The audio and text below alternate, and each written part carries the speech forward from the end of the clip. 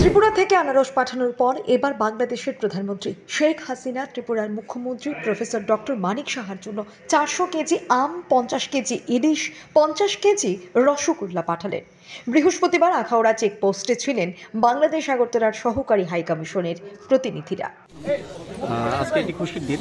আমরা গণপ্রজাতন্ত্রী বাংলাদেশের মাননীয় প্রধানমন্ত্রী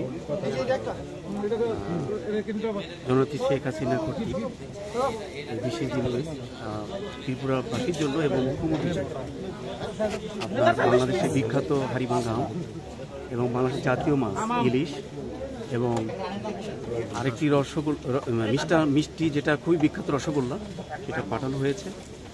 আসলে এই আমাদের ত্রিপুরা এবং বাংলাদেশের সম্পর্ক এটা কিন্তু সেই 1971 সালের আগের থেকেও আমাদের সহমর্মিতা সহ অবস্থান বজায় আছে।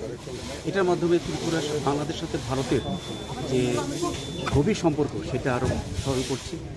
এই আজকের এই দিনে আরও স্মরণ করছি যে ভারতের সাথে ত্রিপুরার সাথে বাংলাদেশের যে একটা হৃদ্রতা এবং আত্মার সম্পর্ক এটা আরও দৃঢ় হবে এবং ভবিষ্যতে আমরা দুই প্রতিবেশী রাজ্যদের যেটাই বলি আরও এগিয়ে যাব এবং উন্নতির পথে চলমান থাকবে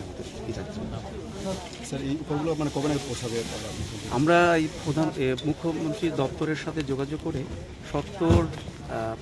মাননীয় মুখ্যমন্ত্রীর হাতে দেওয়ার চেষ্টা করি। আমার নাম মোহাম্মদ রেজাউল হক চৌধুরী। আমি বাংলাদেশ হাইকমিশন আগরতলার প্রথম সচিব এবং এইচওসি দায়িত্ব পালন করছি। সাথে আমার সহকর্মী আছেন প্রথম সচিব আলামী।